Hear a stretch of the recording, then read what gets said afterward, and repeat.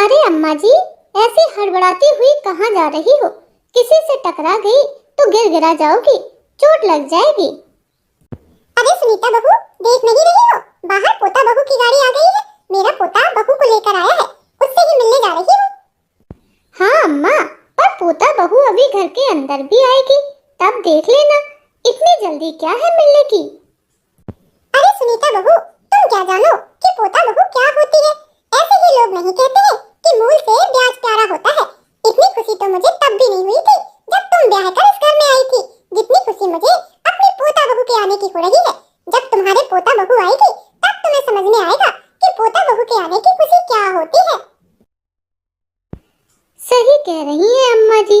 जब मुझे अपनी बहू के आने की इतनी ज्यादा खुशी हो रही है, तो अम्मा जी को भी अपनी पोता बहू के आने की बहुत खुशी हो रही होगी।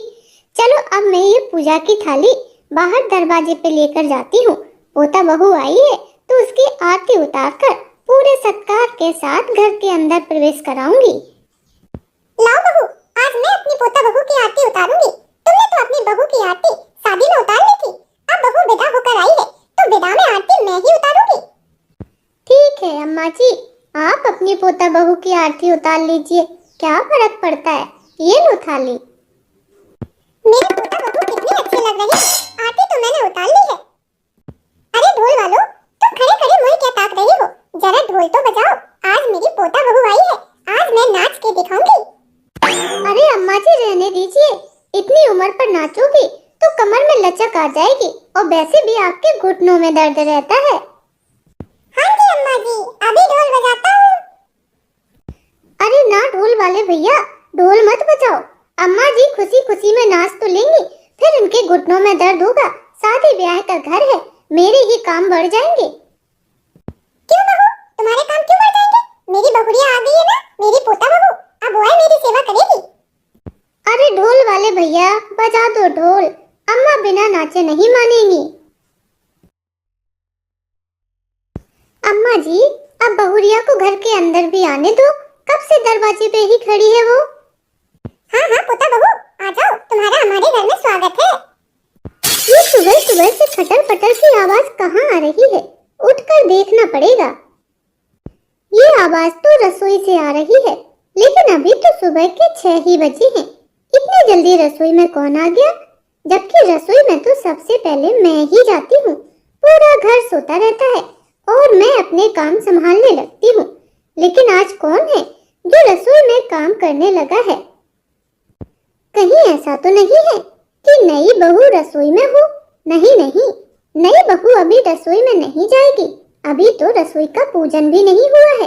पहले रसोई का पूजन होगा, उसके बाद बहू रसोई में जाएगी। रसोई में जाकर देखना पड़ेगा। लेकिन रसोई में अम्मा जी क्या कर रही हैं? वो भी इतनी सुबह सुबह। मेरी शादी को 45 साल होने को है। आज इतने सालों बाद अपनी सास को रसोई में काम करते हुए देखा है।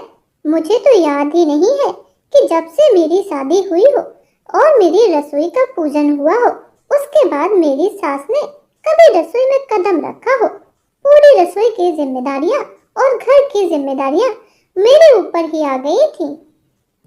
अम्मा जी, आप सुबह सुबह रसोई में क्या कर रही हो? सुनीता बहू, तुमने रसोई की सारी चीजें कहाँ रख दी है? मुझे तो कुछ ढंग से मिल ही नहीं रहा है। अम्मा जी, पिछले 40-45 साल से आपने रसोई में कदम नहीं रखा है, तो आपको कैसे पता होगा कि रसोई में कौन सी चीज कहाँ पे रखी है? तो तुम्हारे कहने का क्या मतलब है बहू? क्या मैं खाना बनाना भूल गई हूँ? रसोई में नहीं आती तो क्या खाना बनाना नहीं आता? कब से चाय की पत्ती ढूंढ रही हूँ, पता नहीं कहाँ छुपा कर रख देती हो। लाओ, मुझे चाय पत्ती का डिब्बा निकाल कर दो और शक्कर भी दो। ठीक है अम्मा जी, अभी देती हूँ। ये लो अम्मा जी, चाय पत्ती और शक्कर का डब्बा। पर अम्मा जी, एक बात पूछूं? हाँ पूछो बहुरिया, क्या पूछना है? अम्मा जी, पिछले 45 सालों से रोज सुबह की चाय मैं ही बनाती आ रही हूँ, फिर आज आप क्यों बना रही हो? घर में पोता बहू आई है, उसे अपने हाथ की चाय बनाकर पिलाऊंगी। ससुराल में पहली चाय वो अपनी दादी सास के हाथ की पिएगी। अम्मा जी, मुझे इस घर में आए हुए इतने साल हो गए, लेकिन इतने सारे सालों में आपने मुझे कभी एक कप चाय बनाकर नहीं पिलाई। फिर आज पोता बहू पर इतना लाड़ क्यों? बहुरिया, तुम्हें क्यों जल्दी बढ़ती हो रही है? मैं अपनी पोता बहू के लिए चाय बना रही हूँ। चाय बन गई है, अब अदरक वाली चाय अपनी पोता बहू को पिलाऊंगी।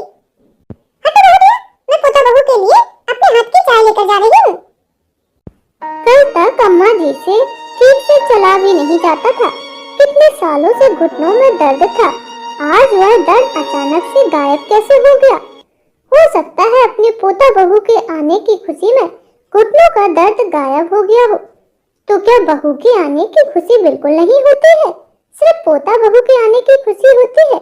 मैंने भी तो इस घर को पूरे 45 साल दिए हैं, अपनी सास की सेवा की है, इस घर को संभाला है। अम्मा जी ने पोता बहू के लिए चाय बनाई है तो एक कप चाय मेरे लिए भी बना लेती। आज पहली बार अम्मा जी के हाथ की चाय मैं भी पी लेती। पर नहीं, अम्मा जी ने मेरे लिए चाय नहीं बनाई, सिर्फ अपनी पोता बहू के लिए बनाई है। अरे पोता बहू, तुम सोकर उठ गई? देखो मैं तुम्हारे लिए अदरक वाली चाय बनाकर लाई हूँ। अरे दादी जी, मैंने तो नहा भी लिया है। और दादी, आपने चाय क्यों बनाई? मुझे बोल देती, मैं चाय बना देती। अरे ना ना बहुरिया, अभी तुम घर में नई नई आई हो, ऐसे तुम रसोई में नहीं जा सकती। पहले तुम्हारा रसोई का पूजन होगा, उसके बाद तुम रसोई में जाओगी और फिर खाना बना पाओगी। और मेरा क्या है, तुम्हारी सास कभी कभार उठने में लेट लबेट हो जाती है, तो मैं अपनी चाय खुद ही बना लेती हूँ। अब लो बहुरिया, चाय पियो। हाँ दादी जी, लाओ मैं चाय पी लेती हूँ। नेहा बहू। हाँ मम्मी जी। बहू, मैं ये कह रही थी, आज दोपहर में अच्छे से तैयार हो जाना, क्योंकि तुम्हारे मुंह दिखाई की रस्म भी है और रसोई का पूजन भी है। ठीक है मम्मी जी, मैं अच्छे से तैयार हो जाऊंगी। आज नेहा बहू को घर में आए हुए पूरा 1 हफ्ता हो गया है, लेकिन बहू एक दिन भी रसोई में नहीं आई। अगर कुछ कहती भी हूँ तो कोई ना कोई बहाना कर देती है, कभी सर दुख रहा है तो कभी पेट दुख रहा है, और अम्मा जी भी उसी का ही साथ देती हैं। एक मैं थी जो डोली से उतरते ही सीधा रसोई में कदम रखा था, घर की सारी जिम्मेदारियां अपने ऊपर ले ली थी। मेरी सास रसोई में 1 कप चाय बनाने भी नहीं आती थी। उन्हें तो यह भी नहीं पता होता था कि रसोई में कब क्या खत्म हो रहा है। बहू। हाँ अम्मा। एक थाली में खाना तो निकाल दो, मैं पोता बहू को कमरे में ही खाना परोस कर दे आऊंगी। अम्मा जी, यह आप सही नहीं कर रही हो, देख नहीं रही हो, पूरे 15 दिन बीत गए, नेहा बहू अपने कमरे में ही बैठी रहती है, खाना बन जाता है तो परोस कर भी नहीं ले जाती, आपको देने जाना पड़ता है। क्या वह रसोई में आकर खाना नहीं बना सकती है? अरे पूरा खाना ना सही, कम से कम रसोई में आकर थोड़ी बहुत हमारी मदद तो कर सकती है। अगर उसे काम नहीं आता है तो मैं सिखा दूंगी। जरूरी नहीं है कि हर लड़की को सारा काम आता हो। मुझे भी तो शादी के बाद बहुत सारे काम करने नहीं आते थे। जो नहीं आता था आपसे पूछ लेती थी, लेकिन ऐसे कमरे में बंद होकर नहीं बैठती थी। और जब तक वो अपने कमरे से निकलकर रसोई में नहीं आएगी, तब तक काम धाम कैसे सीखेगी? और मैं उसे कब तक बनाकर खिलाती रहूंगी? आप कब तक परोस कर खिलाती रहेंगी? मेरी भी उम्र हो गई है, वही चूल्हा चौका करते करते मैं भी थक गई हूँ। 65 वर्ष की हो गई हूँ। अब कम से कम रसोई से तो मुझे छुट्टी मिले। सुनीता बहू, क्या तो ठीक रही है? और मैंने बहू से कब कहा कि वह एकदम से सारी जिम्मेदारियां उठा ले? धीरे धीरे जिम्मेदारियों को ले।